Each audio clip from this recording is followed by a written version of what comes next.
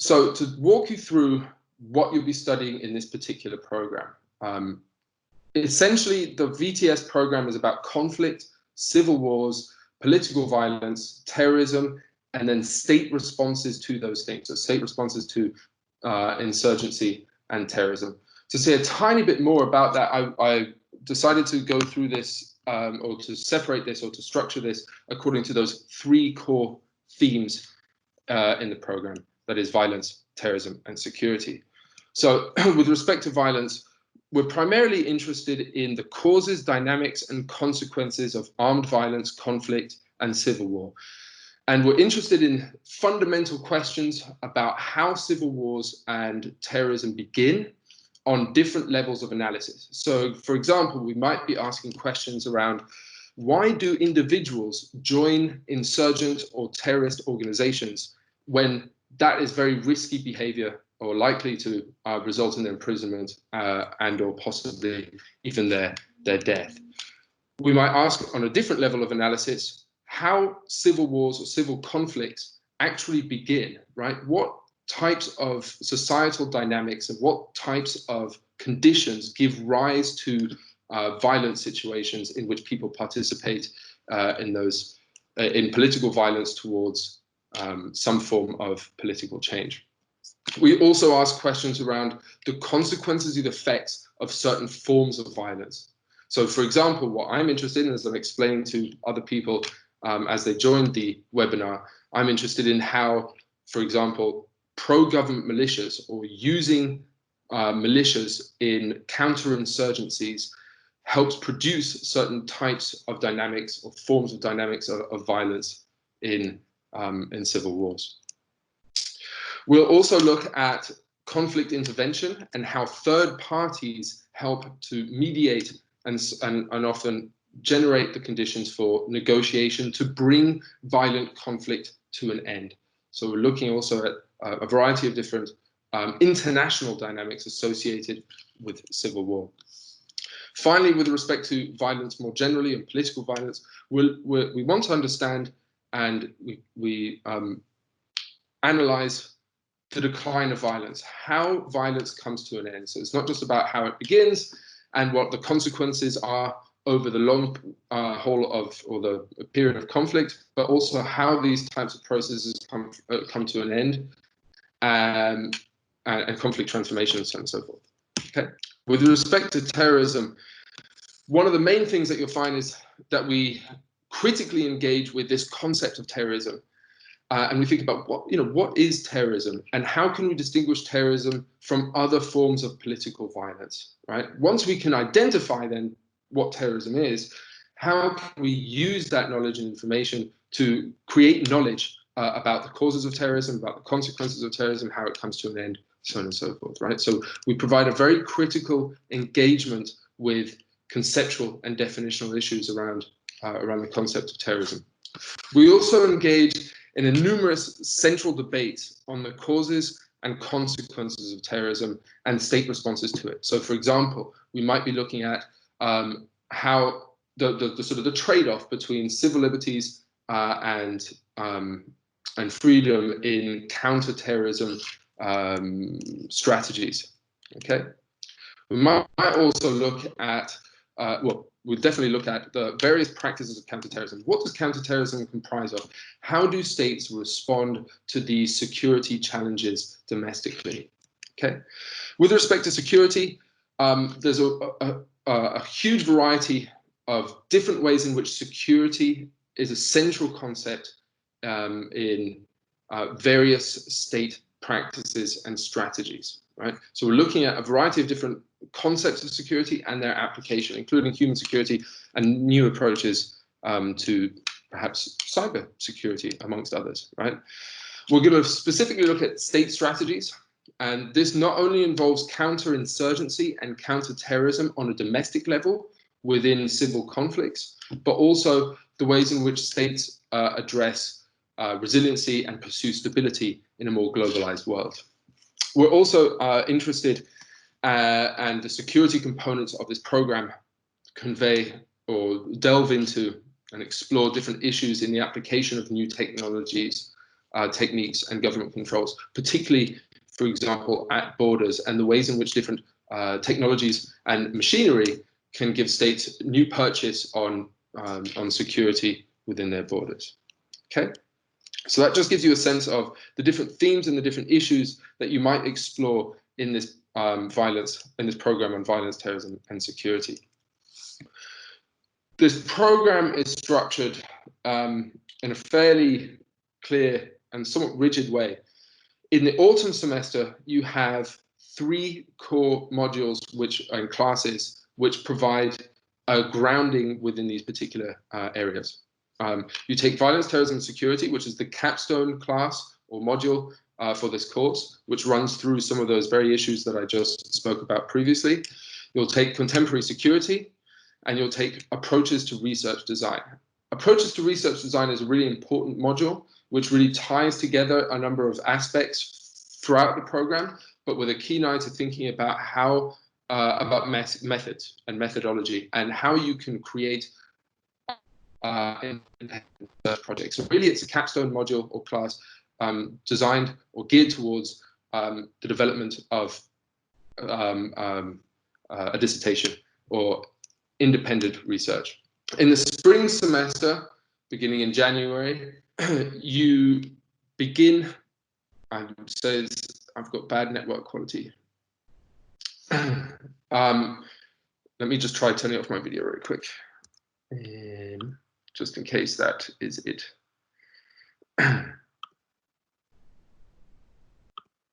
Okay. So in the spring semester in January, you take global terrorism, and then you choose 2 of the following modules or classes. So you have a variety of options, from conflict intervention, international political economy, philosophy of conflict and war, amongst a variety of others. Now, this is just a sample of classes that may be available. There will be more others other than what's listed here at this time. And then over the summer period, you have space to complete your dissertation research. So students are asked to begin their dissertation research right in the autumn semester, right when you arrive. But you have the summer term or the summer semester to finally put everything together and complete that dissertation research. Okay. In terms of the class structure and assessment, so this is about what you'll actually be doing, the format in which you'll be doing it. The classes are usually a 1-hour lecture, 1-hour tutorial, or what is more common at the master's degree level is a 2-hour seminar format, which is discussion based. Each module or class usually consists of 2 to 4 contact teaching hours per week, depending on the class. But mostly what you'll be doing is a lot of independent research and independent assessment and feedback practices are continuous throughout the course of study. And you will receive feedback in a variety of different ways, from more formal feedback on your essays and other forms of assessment, but also through conversation and dialogue with all the professors and lecturers that are involved in the delivery of the program. The assessment mostly consists of essays and, of course, a larger dissertation, independent research at the end of the program, but also can include policy reports, simulations, presentations, and other individual research-led assignments.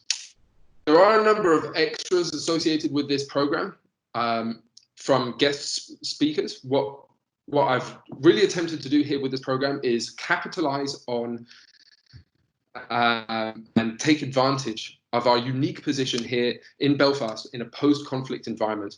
And I bring in guest speakers from former IRA, former UVF, former British military, amongst other speakers from both here in Northern Ireland and around the world to talk to you about these very issues associated with violence, terrorism, and security.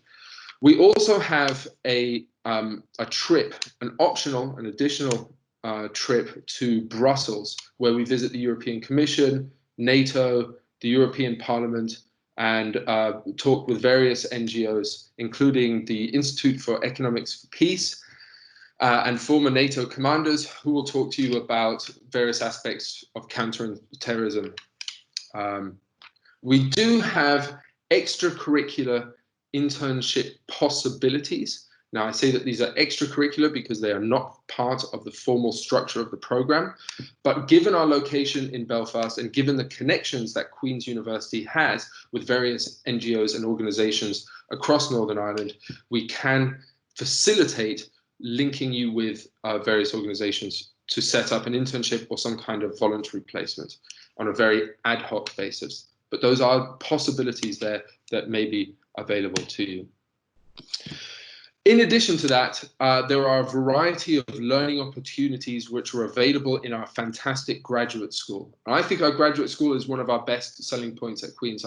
It's a fantastic building, but also the graduate school provides various tailored development programs that you can choose from. So coaching skills, writing skills, employability webinars, all sorts of different additional learning programs. On top of that, we have a fantastic language school, which provides accredited language instruction and a huge variety of different languages that are available to you. I don't remember what the costs are of those. They're additional, but it's very minimal. It's something like 10 to 20 pounds per term, and they're fantastic. And I highly recommend taking a language course on top of the VTS program. It will set you up very well for some of the set you up very well for future employment, being able to speak fluently in another language. Our entry requirements are basically a 2-1 honours degree or above in an equivalent or cognate area, so political science, international relations, or other social sciences, humanities, or arts subject. Or a 2-1 honours degree above with relevant professional experience. So if you're at the application stage so far and you have relevant professional experience, such as working in a police service, member of a military, the Navy, whatever it happens to be, detail that in your application, and it will help provide for a further basis for your acceptance into the program. So the fee structure for home students is, as you can see on the screen here.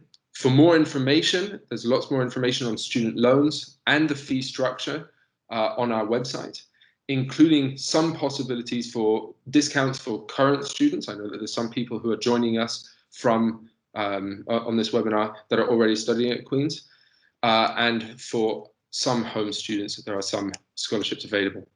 For international students, the same. There are a variety of international scholarships which are available, and you can check more information out about those on our website at this link below, or just by Googling Queen's University Belfast International Scholarships. It should bring you to that page. Okay, so most of you, and the big question that most of you will be asking is, what types of employment opportunities will the MA in Violence, Terrorism and Security provide me upon graduation? Okay, primarily, look, you will be provided with a variety of transferable skills that you will be able to apply to a huge variety of different career opportunities. What I think is important for you to keep in mind when you begin the MA in Violence, Terrorism and Security is to think about those particular skills that you develop, right?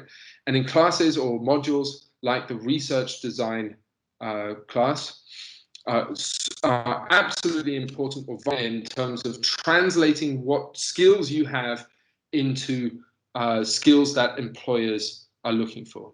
Many of our graduates have gone on to senior ranks in military, police, government services, NGOs, media, and all sorts of different things.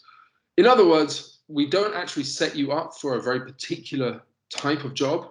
We're not training you, for example, in counter-terrorism or counter-insurgency policies. But we're imparting cutting-edge, transferable skills and competencies for you to apply to a wide variety of career possibilities or opportunities. So just to give you an example of where some of our recent graduates have gone, Keegan Corpella right here, I recognize that name, and he was with us. I think he just graduated in 2018. He was a formal member of the US Navy, I believe, and now is, after completing the MA in Violence, Terrorism and Security, is now a National Security Fellow at the US House of Representatives. We have a variety of graduates who have gone into NGOs more locally, as well as working for in government positions. We have a huge number of people who have gone on to fast-track civil service jobs in the UK government, and a variety of others who have gone on to NGO jobs around the world, including the United Nations, which is an example that we should put up here at some point. So basically what we're getting at here, and these are just examples of the ways in which students have translated those transferable skills that they gain as part of this MA in Violence, Terrorism and Security to a variety of different potential career opportunities. Yeah.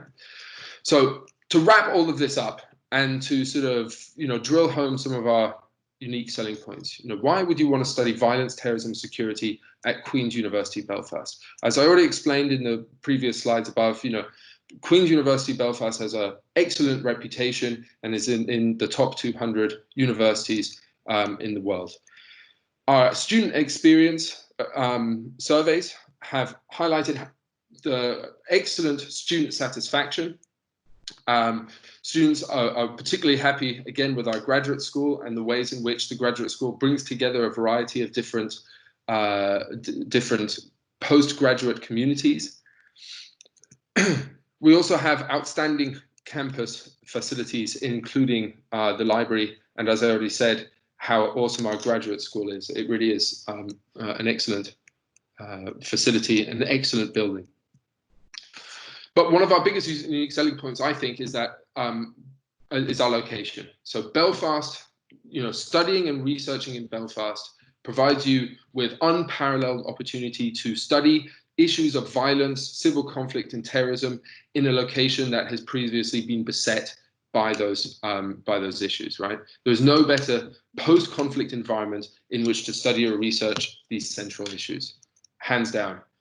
Extracurricular, there's a variety of extracurricular activities on the back of this, and including, as I already mentioned, a variety of talks and masterclasses with those that are deeply involved in peace processes here in Northern Ireland and further afield, including, as I said, a panel which I've set up with students from our students, coupled with students from St. Andrews University who come over every year. There's a panel of ex-combatants that all talk about their experiences from the ex-IRA, ex-UVF, UDR, and former British military soldiers. So a variety of extracurricular activities and extracurricular events which are geared towards violence, terrorism, security, and peace, reconciliation, and conflict transformation.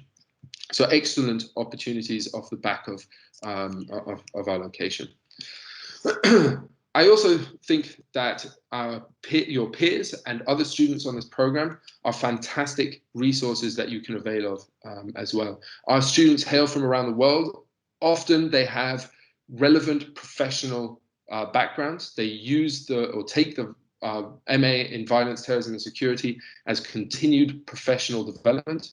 We've had previous graduates who had previous experience in the United Nations, as private military contractors, military members, so on and so forth. So your peers and other students are an excellent resource, and we bring them together, bring different people together and provide a sort of a forum for you to learn off one another. We, of course, have outstanding, and I haven't mentioned this yet, outstanding teachers with world-leading research and teaching experience. Many people have expertise in central areas around these core themes: violence, terrorism, and security. If you joined us at an earlier phase of this webinar, I ran you through some of my research interests, but we also are home to a variety of other outstanding teachers and leading researchers in these areas, from Professor Richard English, leading researcher on terrorism, Professor Beverly Milton-Edwards, who is a Middle East specialist, many others who are deeply involved and have excellent expertise in Northern Irish conflict, and a variety and whole host of others. And then finally, we help set you up in a variety of different ways through those transferable skills with some of these excellent employment possibilities. essentially, that's a nice wrap up. I'm going to check here now to see if anybody has written any questions. But does anybody have? Nobody's written any questions here in the box. So hopefully you were able to hear that, and hopefully you have some additional questions. Okay, so someone is asking, how much is the trip to Brussels? The trip to Brussels does incur additional costs. They are minimal. The school and the Leuven Institute of Ireland subsidize that trip, so that students can avail of that opportunity at a much reduced price. It fluctuates depending on how many people come. Last year, it was about 150 to 200 pounds per person. That's including plane tickets.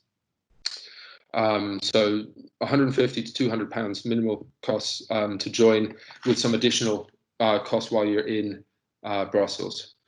So number 2, am I required to spend my summer semester in Belfast to complete my dissertation, or am I able to do that from home, Canada? It depends on what you plan to do for your dissertation, in essence. If, for example, you are going to do some field work in Canada of some kind, then absolutely, you can do that, and you can do that from any part of the world. Most students do tend to spend their summer semester in Belfast completing that dissertation so that they can avail from face-to-face meetings with their supervisors, but there's nothing prohibiting you from doing your dissertation from anywhere in the world. So in essence, the short answer is yes, you can do your dissertation from somewhere else if you'd like to. Someone asks, how many days per week are the classes usually held over? That kind of depends on the academic year and structure. There are 3 classes per term, or 3 modules per term, and sometimes, depending on those modules, they fall on the same days. So you might have 2 to 3 or possibly 4 days per week in which the classes are held. Now, most of the classes do have options for evening study, so that we do cater or provide possibilities for late or evening studies for those who are in employment of some kind. But you are looking at 2 to 4 days per week in which the classes are held. Would my undergraduate degree in modern languages be relevant in entry to this postgrad course? Absolutely. If you meet the entry requirements with that cognate field, then that's fantastic. If you have any other professional experience, it is worth mentioning that in the application. So if you have previous employment in an NGO, or in some kind of security agency, the military, police services, whatever it is, then please provide that information in your application. Someone else asks, is there a deadline for the applications? There is a deadline. Thankfully, the deadline is usually much later into the end of August, beginning of September. That deadline is set by the admissions office. I'm not quite sure what the exact date is this year, but it should be the beginning of September sometime. At the same time, the undergraduate clearance process occurs. Same with the BA social work. Yep, BA social work should be fine as a cognate degree at the undergraduate level. I'm going to turn off my video again because it's telling me that I have bad network quality. Just in case you missed that, I did say that the BA in social work does count or qualify as a cognate undergraduate degree area. So this is an important question. Due to coronavirus or COVID-19, will classes transfer online if the situation has not resolved by September? This is a very important question for this incoming cohort. No one actually, the short answer is no one actually knows at the moment what's going to happen in the first semester because of coronavirus or COVID-19 contingencies. The university is working, and the longer answer is that the university is working really hard at the moment to come up with solutions that might entail on some aspects of blended learning or online learning possibilities. Others might be a big start date in January 2020 rather than September 2020. Either way, what they're trying to do at the moment is to determine the best ways to overcome the current situation and the current problems in ways that will not compromise any aspects of the quality of the program that's provided. And the entire university is working towards that. Of course, I'm hoping that everything will be resolved, or at least somewhat resolved by the September start date. But it is a big question, and more news to come about that in the near future. We are following also, just to be clear, what other universities are doing in this space, and we expect that universities across the UK will have very similar contingencies or solutions put in place to cause the least amount of disruption due to the COVID-19 situation. So someone asks, I have an offer. Is there a deadline for acceptance? There is a deadline for acceptance that is also in early September. However, if you have an offer and you are seriously considering it, I would urge you to accept that offer as soon as possible, because the spaces and the number of students as they do accept will basically mean there will be fewer places available in the course.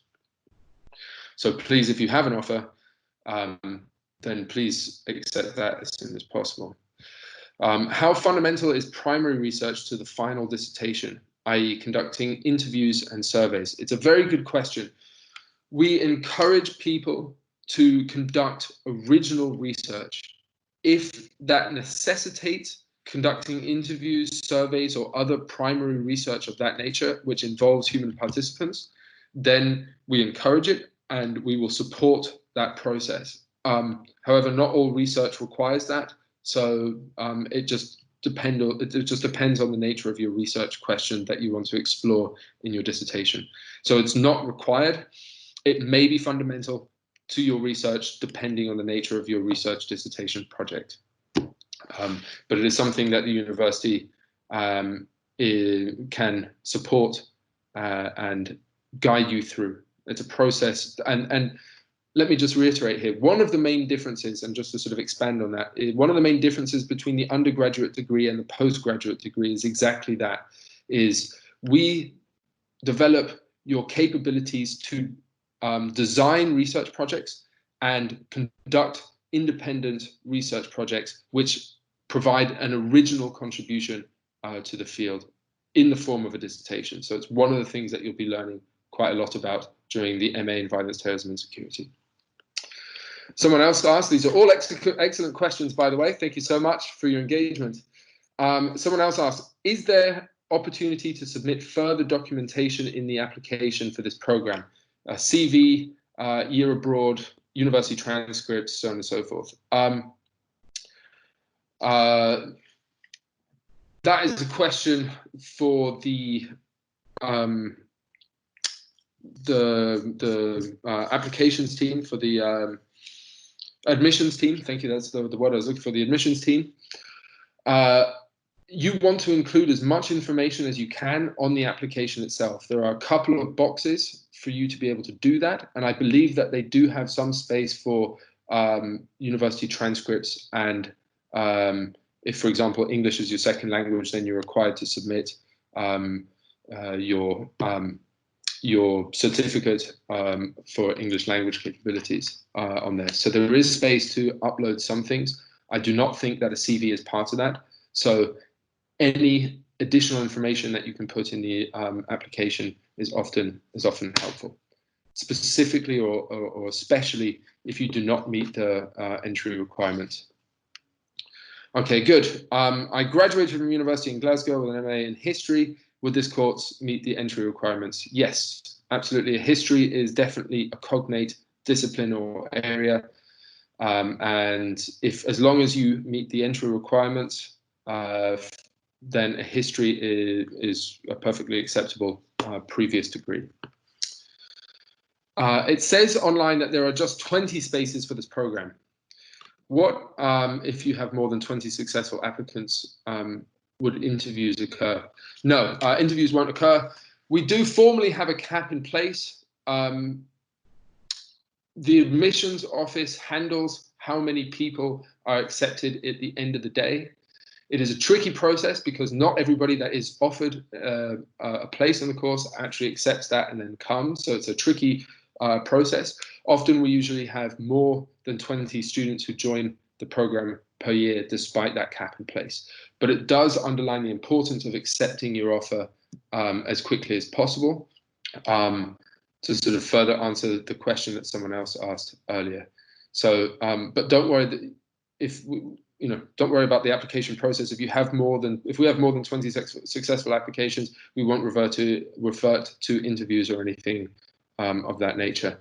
And as long as you meet the entry requirements, you are most likely to be offered a space.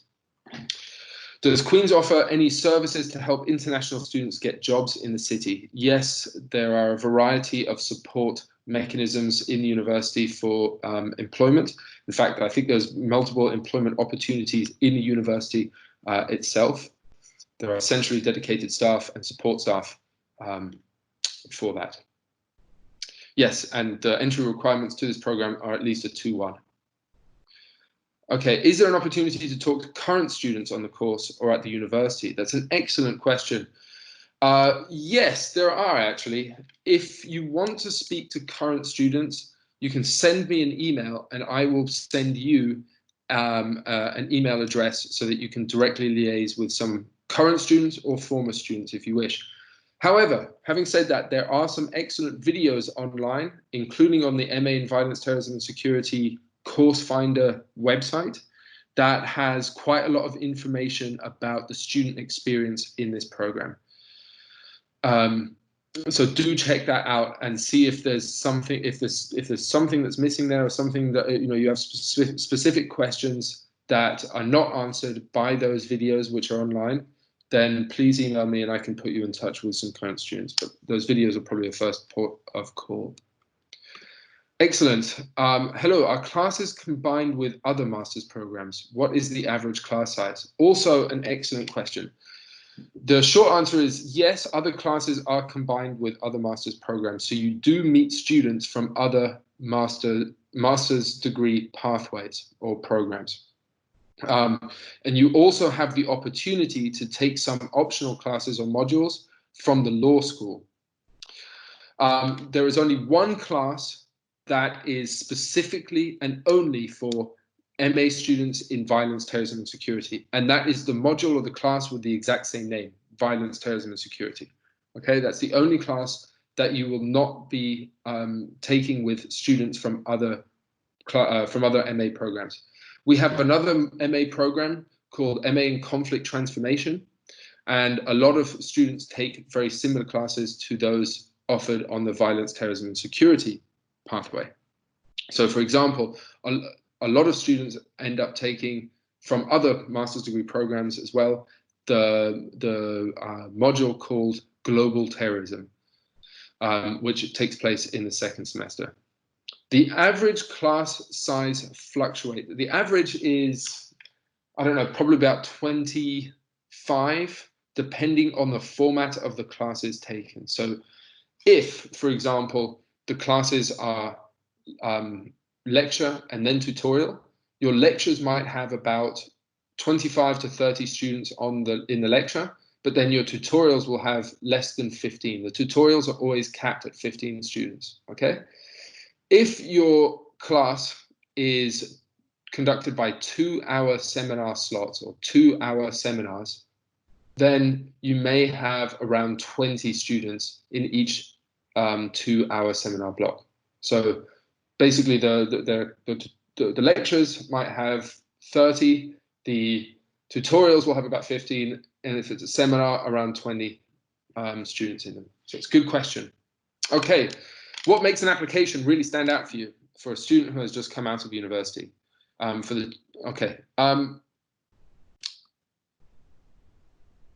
depends.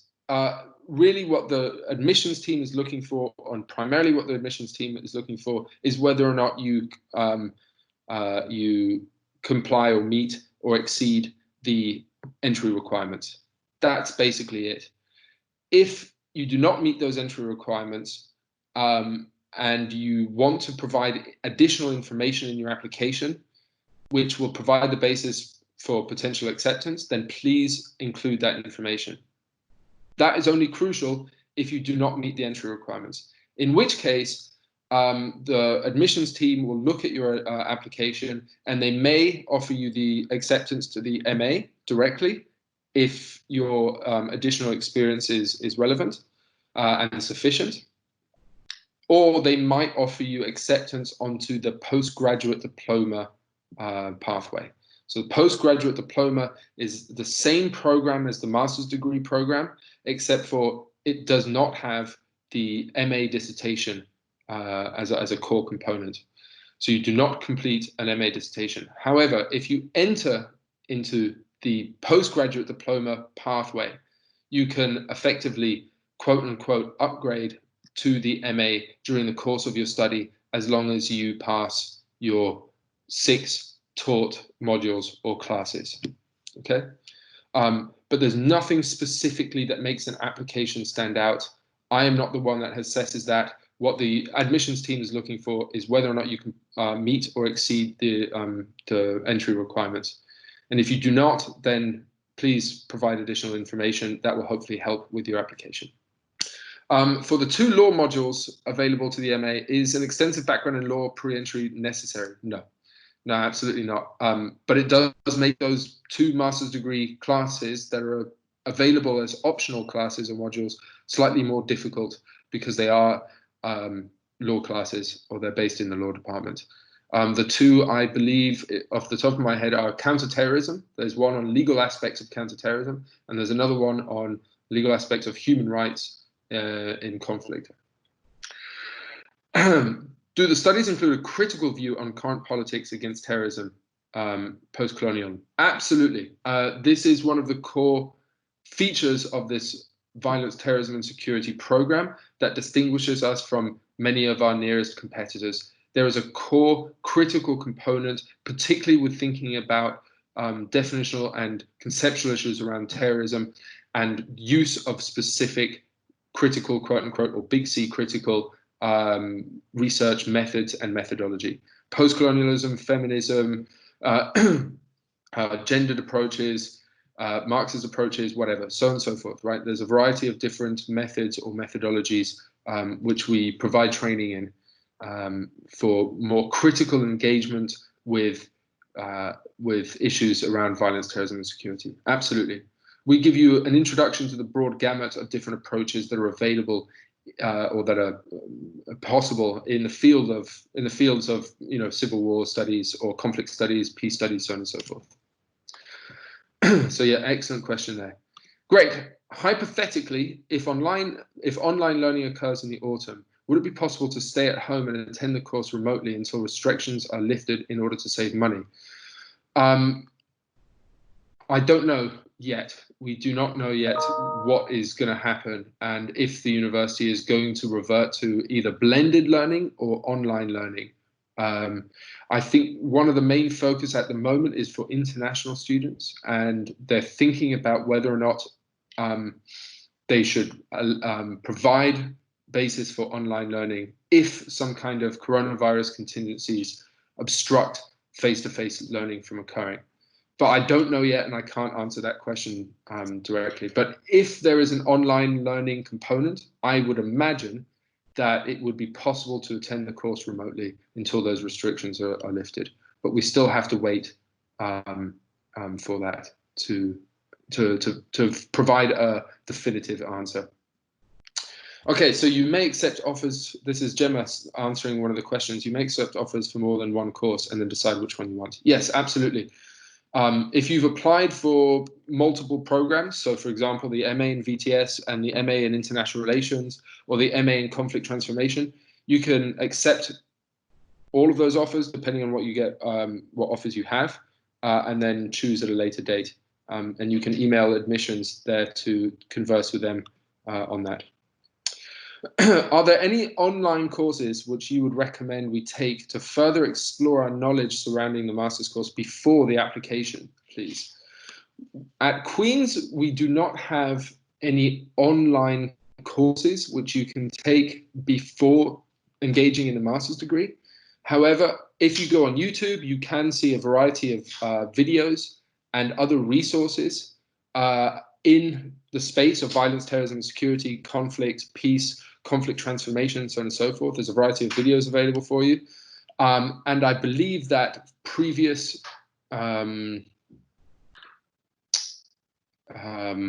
can't remember what they're called, online discussions are available on YouTube there as well. As far as what's offered online more generally, there's a variety of different either courses, short courses, or different classes that are potentially available. But I can't comment on what's available out there in the wide world of the internet. So Gemma's provided a link here to the entrance requirements, so you can have a look at what the entrance requirements are. Okay, another question. So while studying at Glasgow, I work 10 to 15 hours a week for their disability service. Is this something that one could realistically combine with workload of this course, time management permitting? I work 10 to 15 hours a week. So this, I believe the question is about whether or not you can work part-time whilst completing this MA program. And the answer is yes. You can work part-time while completing this MA. Many of our students do work part-time. It is up to you to find the correct balance between work and study to enable you to complete your course to the best of your abilities, and so that work does not get in the way of you finishing your studies to the best of your abilities. Is it first come, first serve with applications and places for the course? I am due to graduate your undergraduate in summer 2021. When is the earliest opportunity to apply? Yes, this is a question for the admissions team, but that's okay.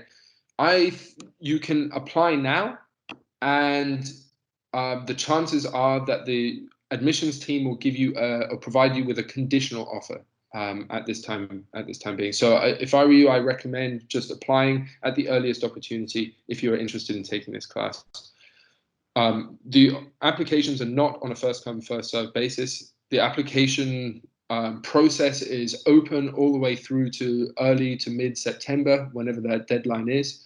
You can submit an application all the way up until that point, but I do recommend that you submit an application as soon as possible. Yep. Okay, so it'll open until September 20th, September 20th. Okay, so mid to late September is the final opportunity you have to submit an application. Okay, one last question. Are there any core texts you would recommend to keep us busy during lockdown? Absolutely, there's a huge variety of texts which I can recommend. Let me see if I can put them up into this chat rather than emailing you out. It might be easier for you to email me, and then I can email you back a set of readings. But if you give me couple of minutes here, I will see what I can pull up. Yeah, there's a huge variety of core texts that are available, and let me see if I can find ones that I'm looking for.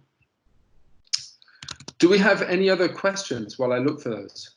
Does anybody want to come off or unmute their microphone and ask a question rather than typing it?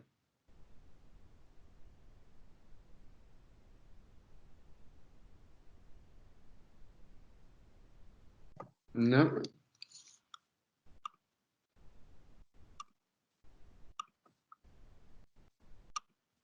Doesn't sound like it. Okay, here's another one. Sorry, John, I will be getting those texts. So if everybody holds on, I'm getting those texts in a second, and I'll post them here into the chat. And Gemma has provided an excellent video, an overview video of Belfast, which I totally agree. Some of those things are fantastic. Same with the video. Actually, there's quite a lot of videos on YouTube that if you just search QUB student life or something along those lines, you'll get quite a lot of them. They're all fantastic videos, actually, very well put together. In general, what percentage of your students are university leavers over people who have worked in relevant industry before? Thank you. That's a good question. We have I don't know. It depends each year.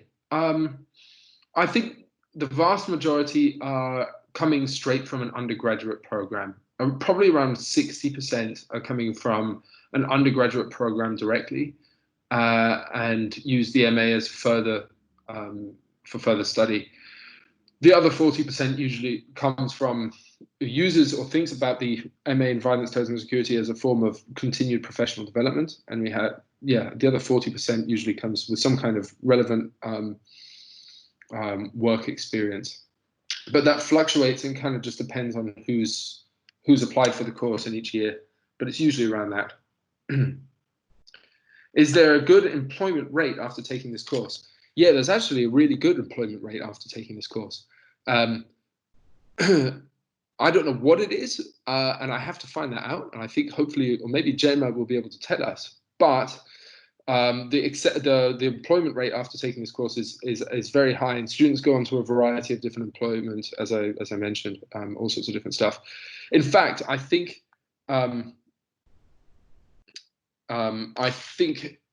that MA programs in the social sciences more generally tend to have a higher rate of employment after the course than even some of those MA programs which gear you or train you specifically for some specific job, such as architecture, for example. So there are excellent good employment opportunities and an excellent or good employment rate after taking this course. Someone answered, could you answer my question above John's, please? Yeah, so I must have missed one. Apologies for that. I believe this question is, does the course require study of or engagement with the different schools of theory and politics and or international relations, realism, liberalism? There is some engagement with international relations theories, particularly because international relations is the sort of the mother discipline of conflict studies and terrorism studies and so on and so forth. So there is some engagement with international relations theories such as realism, liberalism, but you don't have to have you're not required to have in-depth knowledge or understanding of those international relations theories in order to engage in this class. But they do appear quite a lot, and a lot of the theories in conflict studies and terrorism studies are adapted or taken from international relations, particularly things like commitment problems or security dilemmas, for example. Excellent. That's a good question. Yep.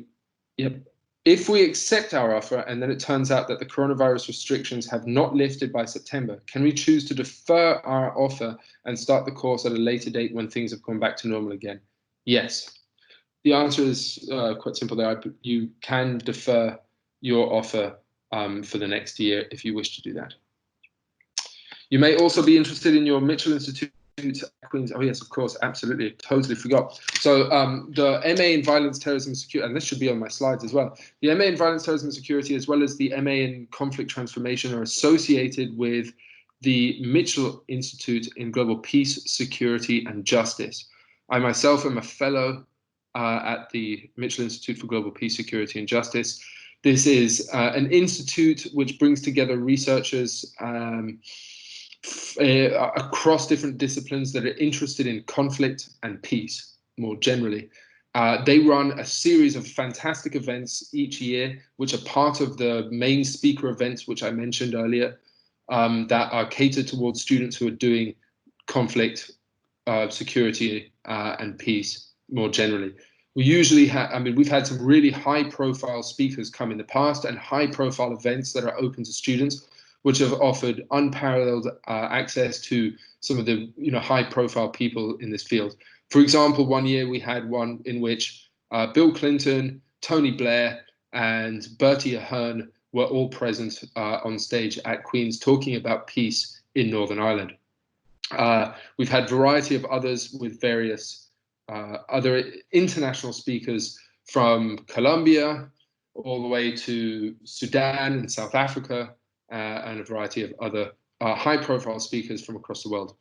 Last year, the Israeli ambassador to the UK came to speak to us, and then a few months later, we had planned to run an event with the Palestinian representative to the UK, but they pulled out at the last minute.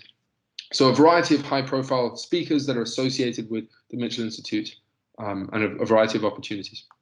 Do international students have employment opportunities in the UK?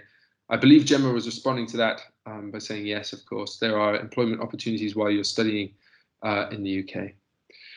Thank you for letting us know about the Mitchell Institute. Is it possible for us to listen to any of their work online whilst in lockdown, please? Thank you. Yes, actually, there is. I think there's quite a lot of work that is posted online via the Mitchell Institute.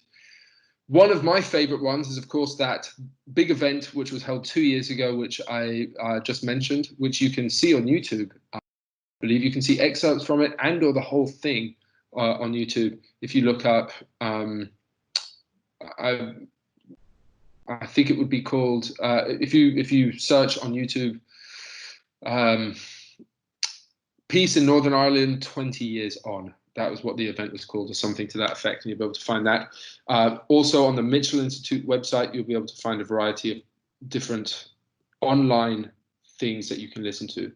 I know that the Mitchell Institute at the moment is also developing a variety of podcasts for people to listen to. I'm going to be doing a podcast in May.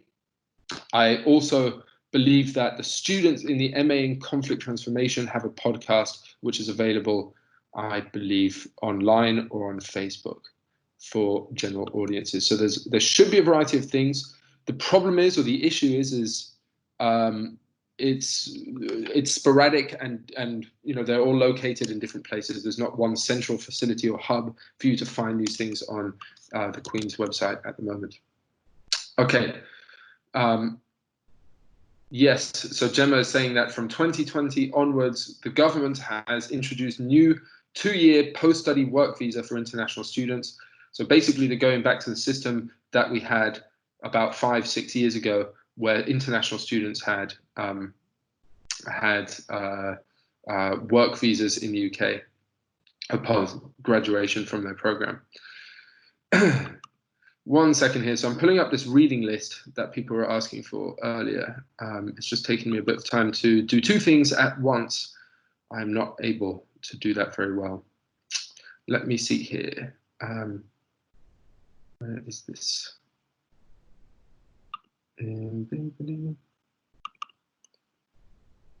Okay. So is there an email available to speak to someone about general admissions to master's courses? Absolutely. There's an email address up above.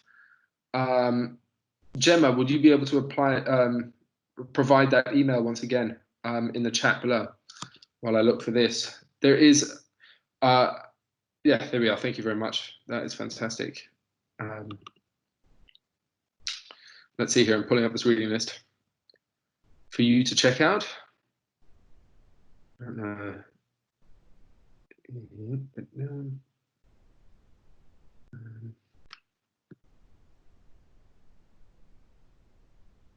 you go. Here's a preliminary reading list. It's quite long, so I'm going to post them in 3 different installments. Is that okay? And then I'll answer some of these other questions, okay? So 1 second, just bear with me while I put these up. So there's some on conflict. So it's quite extensive. Just bear with me for a second, and then I'll come back and answer some of those other excellent questions that you have for me there. So those, and the third one, okay. So these are all different introductory readings that if you have a look at before you begin your study in violence, terrorism, and security, you'll have an excellent grounding in these fields. The first set is all about conflict and conflict transformation, so civil war studies and peace studies. I particularly recommend the one by Julie Demers, Theories of Violent Conflict, an Introduction. I love that book, fantastic resource. The second set of readings are all on terrorism. So Richard English is a professor and pro-vice chancellor here at Queen's University Belfast. He's written a huge variety of books on terrorism. This particular one, Terrorism and How to Respond, is an excellent resource on counter-terrorism, so definitely recommend that. Mike Bourne has written a fantastic text.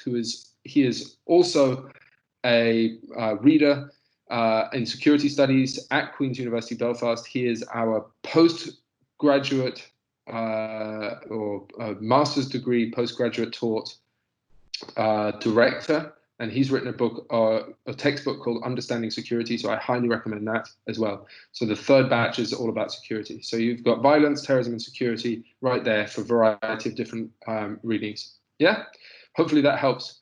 Are the lectures also representing diversity besides the guest speakers? I don't quite know what you mean by that. Could you elaborate on that question? Could you tell me what you mean by representing diversity? I'll answer this question in the meantime. So the question coming from the comment about post-colonialism. My post-colonialist minority studies are very francophone centered. Can this still be relevant for entry to the master's course, please? And in terms of dissertation supervision, is most of this research very UK centric, or do we have free reign in our dissertation choice? Thank you.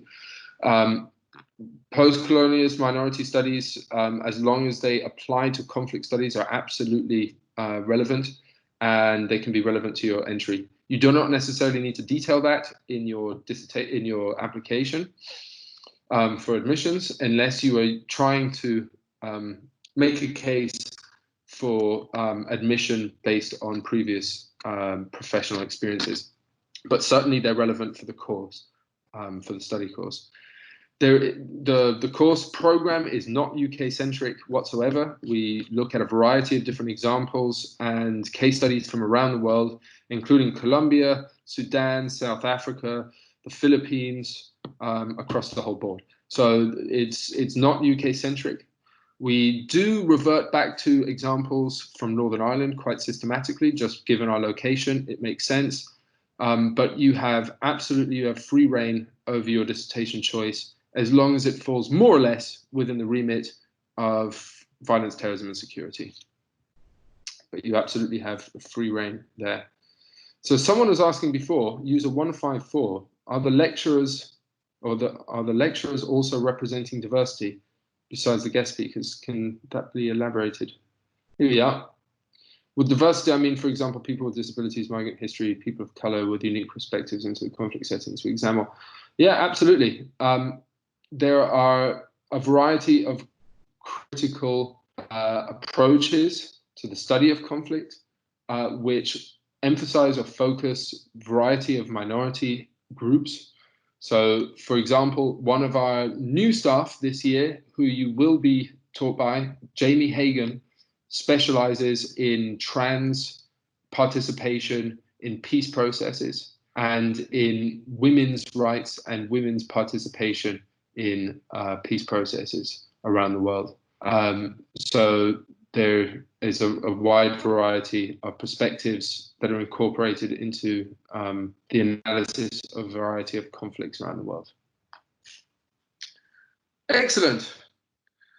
I think those were absolutely fantastic questions that you all had there. I'm really impressed with the variety of questions and with the depth of that line of questioning, particularly around admissions.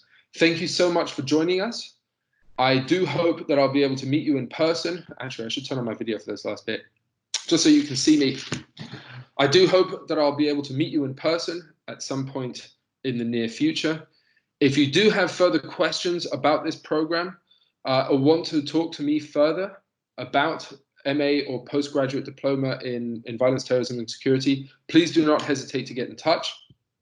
My email address, again, is right here. It is a.f.thompson@qub.ac.uk. That phone number that's listed there is my office number. Once I'm able to get back into my office, you can call that number. But in the meantime, please contact me via email if you have further questions.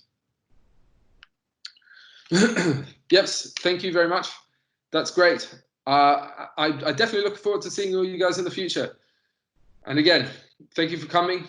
And please let me know if you have further questions or you want further information about the course. Take care, guys. Thank you from around the world, and send you lots of love from Belfast. Take care.